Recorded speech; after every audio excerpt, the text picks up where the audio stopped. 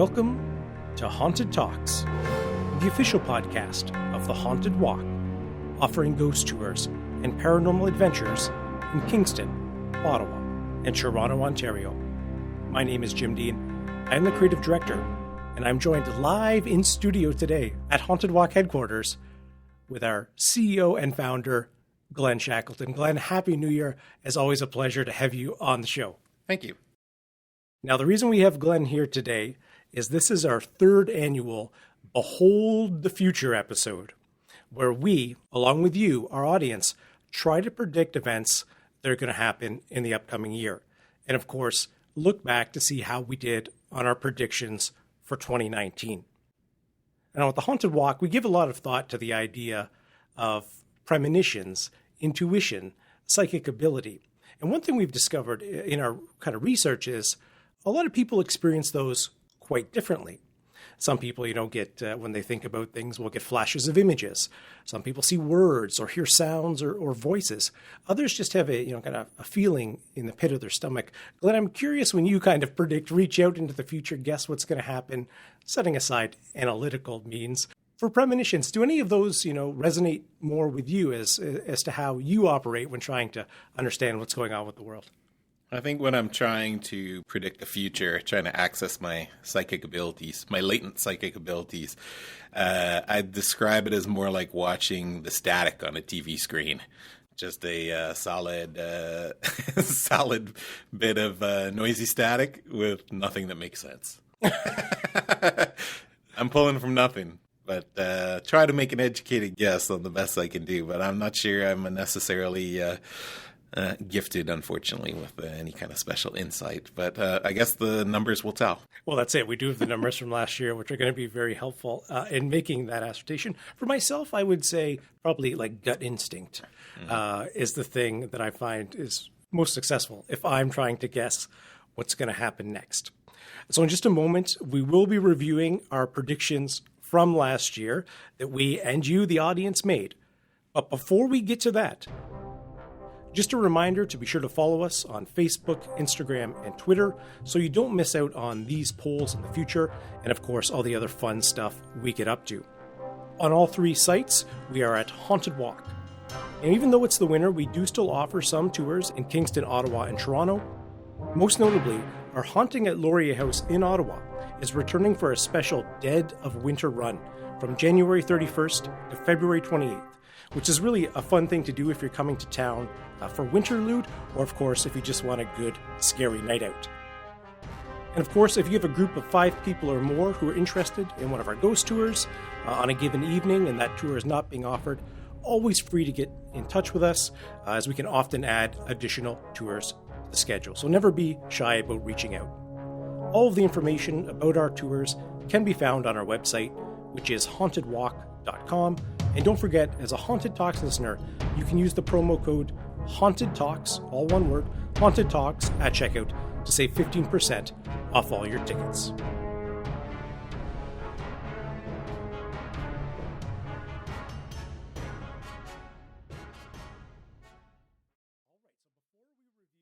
All right, so before we review our predictions for 2019 to see how we did, I do want to remind the audience our scores from 2018. The year before. So the first time we did this, the audience was perfect. 5 for 5, all questions correct. Glen, you were in second with 3 points. Myself, last place, 2.5 for a very generous 0.5 for a bonus question, I believe you gave to me during the episode.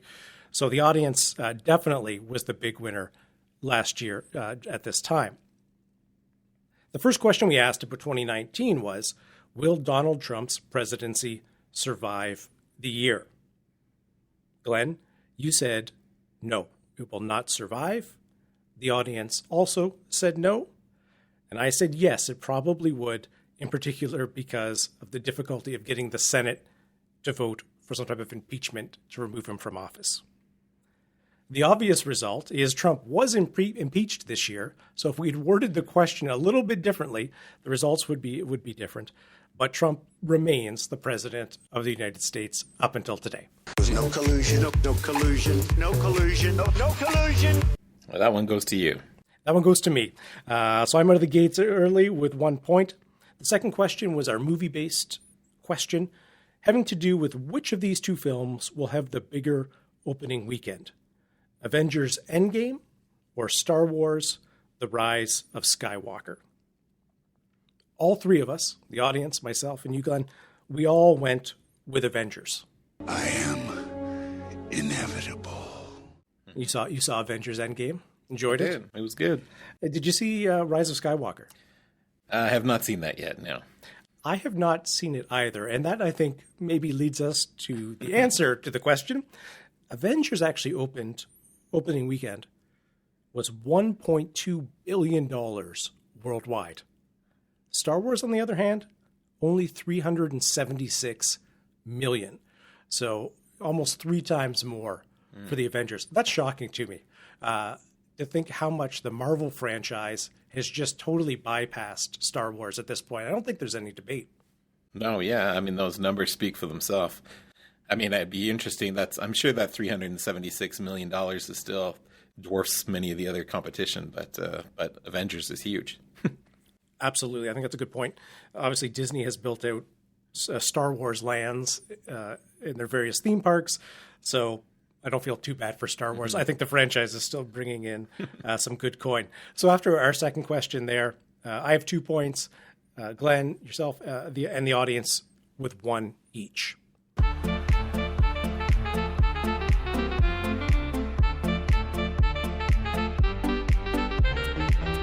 The next question had to do about us at the Haunted Walk. And the question was, in 2019, when will the Haunted Walk sell its 1 millionth ticket? Will it be before July 1st or on or after July 1st? Because we thought it would come very close to around that time. Glenn, you said just after, very specifically just after July 1st. I was a little more confident. I said before. The audience was also joining me with that guess with before July 1st. Now, we had to look this up because we actually got so busy during the year that we weren't keeping that close of an eye on this. But it turns out we hit our 1 millionth customer the first week of August. So, Glenn, congratulations. You were the only one to score on that particular question, which brings us into a tie for first place with 2 points each, and the audience with 1. Well, a month after is just after in my books. 1 million, 1 million, 1 million.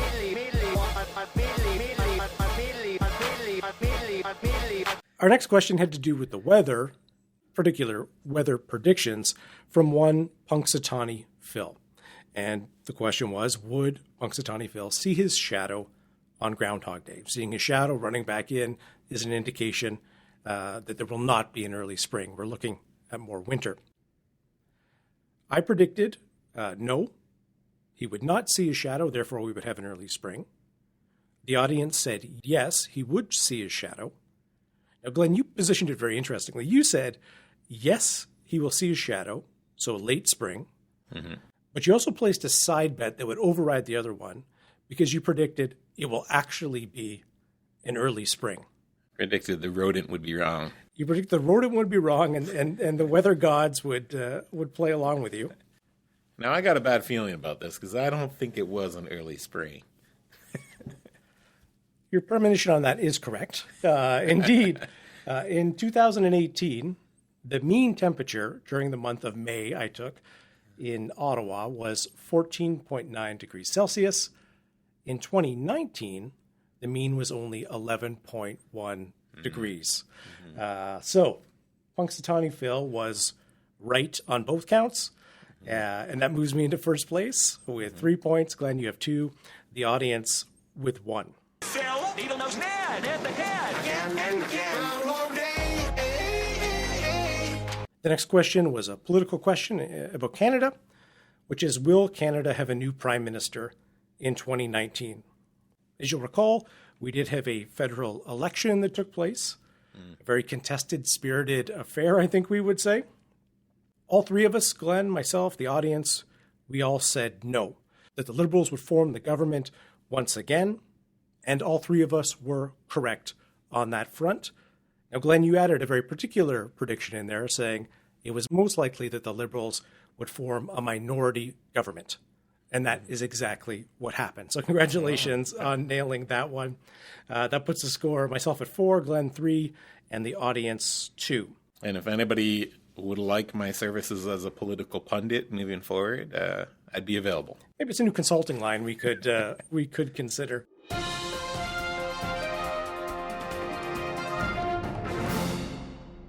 The next question has to do with sports. Last year, the FIFA Women's World Cup was held. And we asked the question, will Canada win the FIFA Women's World Cup? Because Canada has always been on the edge of winning some of these major tournaments. Mm-hmm. I was pessimistic, apparently. I said no. Mm-hmm. Glenn, you said yes, we would, going out on a bit of a patriotic limb. Mm-hmm. The audience agreed with you and thought Canada would win the Women's World Cup. Mm-hmm. Unfortunately, that did not come to pass. Wasn't a great run for the Canadian women there. So I feel almost bad I got that question correct now in retrospect. I feel like a traitor or something. So I picked up another point there with the other two being incorrect. So that brings us our final score to myself with 5, Glenn, you with 3, and the audience with 2. So almost the inverted results from the year before. I'm surprised we both managed to beat our general audience, especially compared to the previous year. Yeah, me as well. I think the audience always has an advantage with the groupthink and the ability to have so many people participate. We did ask a bonus question I thought we could chat about briefly, one that we couldn't really score, but we asked, is it likely we will see more or less paranormal activity reported by our guests or our staff at the various haunted locations we work with in 2019? Now, both of us said more. We'll see more paranormal activity. Glenn, how do you think that one played out?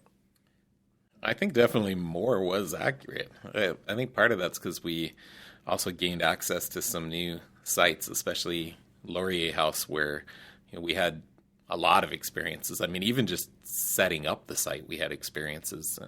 Same thing happened with us at Black Creek in Toronto as well, where during setup we were having things happen that we couldn't explain and that were genuinely freaking us out. So I got to say, it probably more has probably turned out to be accurate. Yeah, and I was at Black Creek one of those days when a door with 2 latches on it opened without any of us touching it.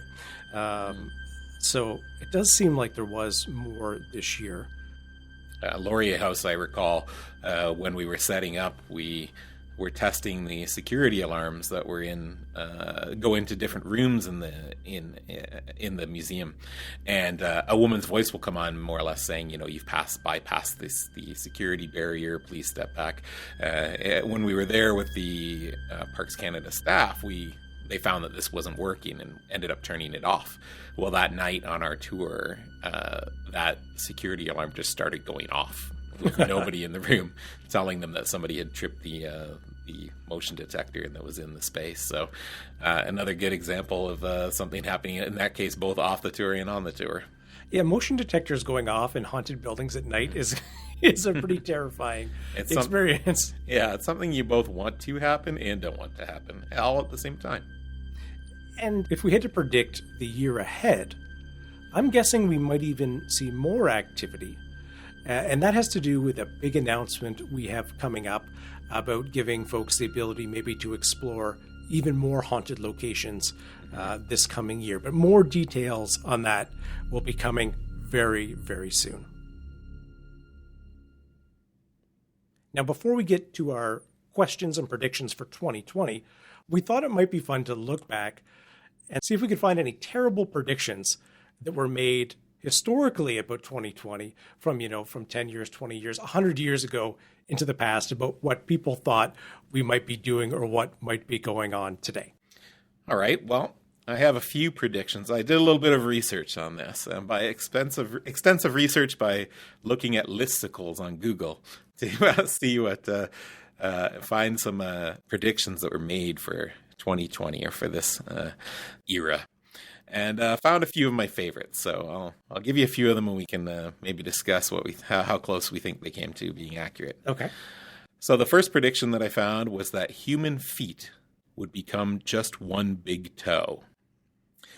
This one was Oh, no. This was from a lecture at the Royal College of Surgeons of England in 1911, when a surgeon named Richard Clement Lucas made a prediction that the useless outer toes would become used less and less, and so that eventually man would become a one-toed race. Wow. We'd be hooved creatures, I guess. So many questions about this one. As far as I know it, like all the toes on your foot right now are very important for balance, or at least, you can lose all of them without causing difficulty. I think a surgeon might be a little more respectful of the other toes. Yeah, well, maybe in 1911 they thought, people weren't wearing shoes that fit very well. Maybe everybody had a little wonky balance. Oh. That's some historical insight for you. That's a very fast-paced evolution, too, right there. You wonder what the footwear would look like with the hoof. To drop all of our toes within 100 years. Yeah, we still got the appendix. I mean, we're going to probably hang on to those toes. Good point. Okay, the next prediction I found was that the letters C, X, and Q would no longer be part of the alphabet. Oh. This one came from the Ladies' Home Journal from 1900. And it was a prediction from John Alfred Watkins Jr., who was the curator of mechanical technology at the Smithsonian. So his guess was that by the 2000s, there would no longer be C, X, or Q in our everyday alphabet, and they'd be abandoned because they're unnecessary. He said that we would mostly be spelling mostly by sound. It would only communicate with condensed words expressing condensed ideas. We would, I guess, be speaking in a truncated speech that would just only get the necessary information. He gave an example when he wrote it. It said that we would say to our friends, "Me happy good, hi." Two ways to think about this. I mean, maybe Q and X you could think about dropping, but C seems like a much more useful or more often used letter in the alphabet. You could just replace it with a K or an S, I guess. You could. But, I mean, it does sound a lot like how we text today. I mean, from the use of emojis, LOL, I mean, this type of thing. We are using that certainly in written communication. I mean, this one I almost feel has come true a little bit. I think, in fact, our listeners should send a text to their best friend right now just saying, "Me happy good, hi," and see if they even notice any difference. I like that experiment, yes. My next historical prediction for 2020 was that nobody will work and everyone will be rich. This one was from 1966 from Time magazine. They reported that in the 21st century that because machines would be producing everything, that everybody in the U.S., in this case, they predicted would be independently wealthy. Oh. So they predicted that Americans would make an average, converted to $20 of $300,000 a year for doing nothing. And that basically all jobs would be done by machines by then.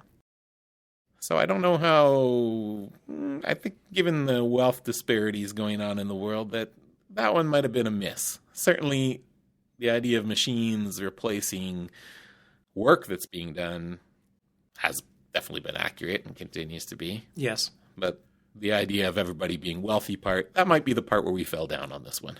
And I think that's probably a big question our society in general is going to have to face in the coming years. It seems like automation is only going to become more and more used in our traditional job settings, like retail, obviously. A lot of us now self-checkout in a variety of fashions. So a little bit wrong, a little bit right, I feel, on this one. A little bit of both on this one. I agree. And I think their idea that people would have more leisure time and that machines would be doing more work has certainly been true. But the idea that would translate into wealth for everybody, well, I guess that's more of a political question. My last prediction of all would be that everyone will stop drinking coffee and tea. Oh. This one was predicted in 1937 by Nikola Tesla. Oh, not Tesla. Yeah, it was Tesla who's let us down on this one. He said, within a century, coffee, tea, and tobacco will no longer be in vogue. His quote, he says, "The abolition of stimulants will not come about forcibly. It will simply be no longer fashionable to poison our systems with harmful ingredients." So, I mean, he's some truth there about tobacco having fallen out of fashion. But on coffee and tea, I'm not seeing that. No, I don't think he could envision like the Starbucks empire in his time. My own personal coffee consumption seems to continually be going up. So I can't, I haven't checked the overall statistics. But and a lot of tea, there's a lot of tea lovers too, in addition to, I mean, there's people who coffee and the caffeine and that sort of thing. But a lot of people seem to enjoy a good tea. Not only am I such a tea snob that I love a good cup of tea, but sometimes my colleagues make fun of me in the travel and tourism industry that I like to travel with my very own tea kettle, just so I can make it just right when I'm traveling. Not only that, isn't there a very specific formula you follow to try to make the perfect cup? That is true. I do indeed. It all has to be made just right. It requires a teapot, requires the milk going in first. And I've actually been starting to think about how to invest in a travel teapot to go along with my travel kettle. Oh, interesting. And I can really be an outsider. You never want to use the coffee machine at your hotel.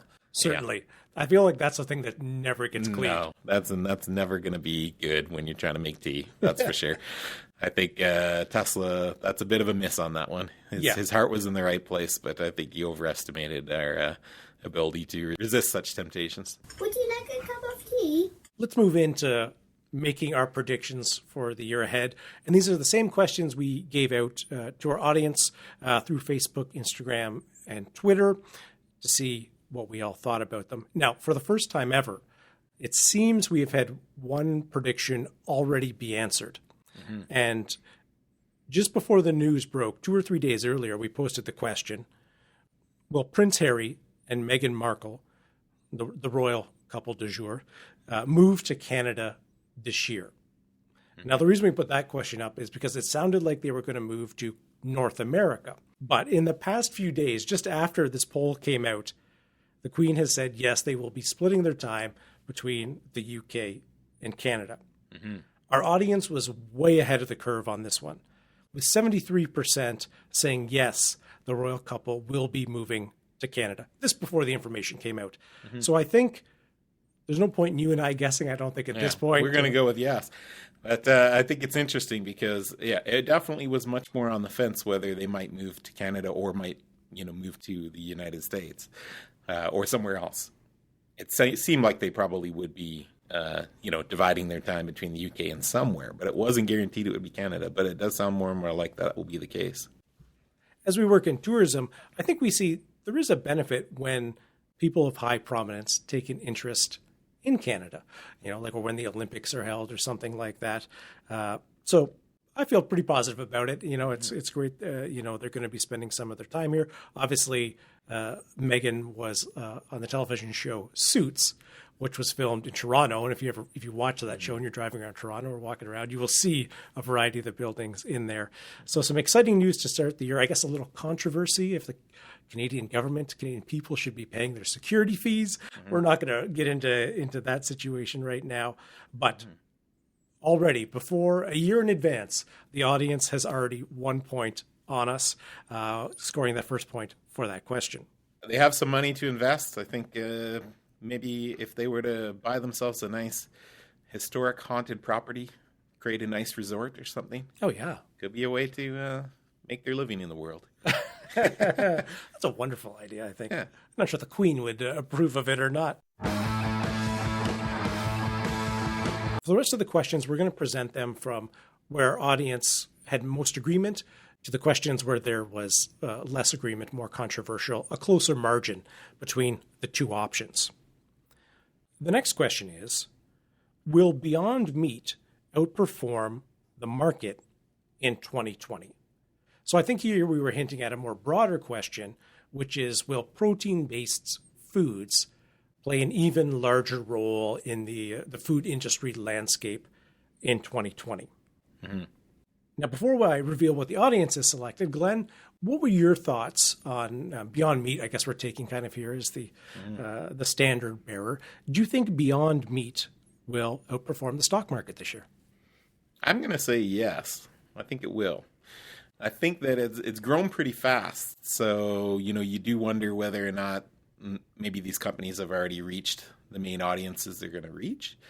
But I think, from having the experience of being married to a vegan, quite often when you're going to restaurants with friends, there are very few options for people who are vegetarian or vegan. So I think that it's more likely that more and more places will want to have different options to attract a wider customer base. And I think that even though we've seen a lot of fast food restaurants and things like that take this on, there's still a lot of room for expansion. So I don't think it's going to replace, meat consumption or anything like that. But I would say, will it grow and outperform the market? Yeah, I'm going to say definitely. Where are you on taste? I assume you've tried some of the Beyond Meat products. Yeah. I got to say, they make a pretty mean barbecue. When I had rented a cottage this year, got myself some Beyond Beef burgers, and I'm saying that there are many different brands, and all of them are good. I don't think that they were all pretty tasty, actually. I don't know that I would say that it was something that it fooled my palate into thinking it was meat, but it was pretty tasty. My opinion is very similar. Being engaged to a vegetarian, we are aware, I think, more than maybe the general population of when these types of options are available. But even when we're traveling and things of that nature, just seeing what people are ordering in front of you in line, the plant-based protein is just being ordered more from, random people. I have no idea if they're vegetarians, vegans, or just, making that food choice for the day. So I think I'm definitely with you on that page. And I think there's even more positive data from a stock perspective. And that's the stock just started trading on May 3rd of 2019. Was about just under $70 US. It shot up to $235 at the end of July. So if you invested in Beyond early, you may have done very, very well. But it did downtrend through the rest of the year, ending 2019 around $75. But as of today, very, very early into the new year, the stock has already moved higher to around $110, which represents a 30% increase already. Okay. So based on those two factors, I am with you that yes, Beyond Meat's stock market performance will outperform the general market. Yeah, and I think people might miss the boat on this of thinking that people are choosing this necessarily for health reasons. I think that it's just an option. So people are choosing an option, especially if they're going out and eating at a restaurant to have something, if I'm going to have a hamburger, whether it's a regular burger or Beyond Meat or something like that, I don't fool myself. It's a healthy meal, but it's a tasty meal. And that's what people are looking for. But just something that they actually can consume, and more options is good. Now, our audience strongly disagrees with us, with 74% of respondents saying, no, Beyond Meat will not outperform the stock market. Okay. Very interesting. It's, there's obviously some cultural questioning in there, but that's going to be a very interesting one, I think, to keep an eye on. Well, and it's a tough question because it's not just whether it will continue to be popular, but, when has it hit its peak popularity is hard to predict. So we'll see if they got it right. Stay tuned. A quick warning before we move to the next question. We will be discussing Donald Trump. So if that's a topic you've heard enough about or don't want to hear, just hit that skip button a few times and move on to the next question. Our next question is a political one, as I think this is the biggest predictable event of the upcoming year or this year. And that is, of course, the U.S. election. And we presented the question, will Donald Trump win re-election in November? Let's start with the audience prediction. 74% of our audience thought that no, Donald Trump will not win re-election in November. Glenn, where do you fall on that spectrum? I think it's one of those things where there's a difference between whether you wish for Donald Trump to be reelected in November versus whether you think he could pull it off. He certainly has managed to avoid some consequences for some pretty serious issues with his administration, his actions. Would he be able to continue avoiding them? I think my brain says maybe yes. My heart says no. I think I'm going to go ahead and say I'll stick with my heart, and I'm going to say no. No. Okay. I do think, in general, people are very much underestimating Trump's chances of winning re-election. He has a very fervent base of support. He has seemingly done everything bad that a president can do, from dishonesty to, potentially starting wars or military engagements. And as we've seen, a bunch of people around him being indicted, things of that nature. But he does have this base of support, and he does have stuff like Fox News to make sure his message gets out to his people. Mm-hmm. So I think this is very, very tight, much tighter than our audience kind of score indicates. But I am going to say no as well. He will not win re-election. Caveat: if Bernie Sanders is the Democratic nominee. I will only take the point if Bernie is the winner, because I think it's going to take a real movement of people. It's going to take driving out droves of people who didn't. A lot of people sat out last time. A lot of Democrats voted Republican, interestingly, last time. So I think this is anything but a sure thing. And of course, it's going to be absolute chaos and all sorts of chicanery between now and then. I think it's a tight call. I think it'll be interesting to see what happens. No, I won't yield. Our next question was from the realm of technology. And that's because this holiday season, without specific dates being given yet, there will be 2 new gaming consoles, and the 2 big ones on the block.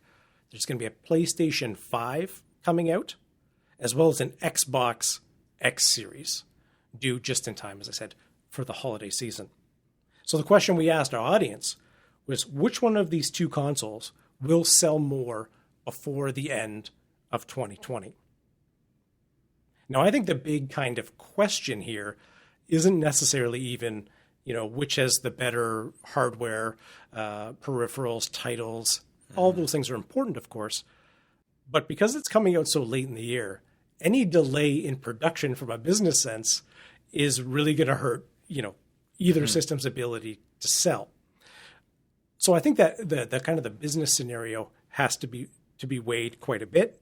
I know in the past, Sony, makers of the PlayStation, have kind of tried to undercut Xbox's price as often as they can. I'll be curious to see if they do that again. If I had to pick, I'm not a huge gamer, but I do have a PlayStation 3, so I kind of have an affinity for PlayStation. So I would somewhat uninformedly pick PlayStation 5 as the big winner in 2020. Glenn, I think you have an Xbox, don't you? I do have an Xbox. I guess what I'd be curious, I'm not really sure when the last version of PlayStation came out in comparison to the last version of Xbox, whether they were tight together or it seems like a new PlayStation might be more overdue than an Xbox, because although I have a fairly current Xbox, I've got no desire to rush out and buy a new one right away. I'll hold out until Red Dead Redemption 3 comes out, and then I'll have to buy it just like this time. Yeah, I'll go with Xbox, but I definitely am a little weak on that one too. I'm not sure. I think if PlayStation's more overdue and seen that way by their fans, then they could easily pick. But I'll stick with Xbox. A random piece of data I did pull, we'll see if this changes your mind at all, is that Sony has beaten Microsoft over the past 3 generations, with the PS2, 3, and 4 outselling Xbox 360, and Xbox One. So Xbox, it would be an upset. Of course, I think they have the resources to do so. We'll have to see what happens. Our audience strongly sided with PlayStation 5 selling more units, 72% as opposed to 28% who thought the PlayStation 5 would do better. Our next question is our movie question for the year, and that is, which will have a bigger opening weekend? Wonder Woman 1984 or Black Widow? Glenn, I'll turn this one to you first for your thoughts on this epic matchup. Having gone to see Wonder Woman and having thought it was a much better movie than I would have expected, enjoying it a lot more at least, I think the idea of Wonder Woman 1984 really just adds to the, I guess, kind of nostalgic fun of that franchise. So, whereas Black Widow has been in a lot of Avengers movies, it's a cool character. Certainly enjoy her parts in those movies, but I think I'm going to go with Wonder Woman on that one. I just think that one's going to win because it's just maybe going to be a bit more fun, a little bit less morbid and serious of a character and storyline. Yeah, it's hard for me to disagree with. Particularly 80s nostalgia seems so hot right now. Yeah. You think about Stranger Things, of course, is a good comparison. So I think setting it in the 1980s was a brilliant move. I've just never been a big fan of Black Widow. I mean, her most interesting role in kind of the recent Avengers films has been the interpersonal stuff. But, she doesn't have really exquisite superpowers that are overly captivating. I do think it is awesome to see two female leads, spearheading these superhero films. Yeah. I certainly want to see more of that, and I'm delighted to see that. But on this one, I'm more interested in Wonder Woman 1984 as well. I'd say I'll probably end up watching both of them, but I'd be more likely to go see Wonder Woman in the theaters. Yeah. Our audience feels roughly the same way, with 62% believing Wonder Woman 1984 would have the bigger opening weekend, compared to 38% for Black Widow.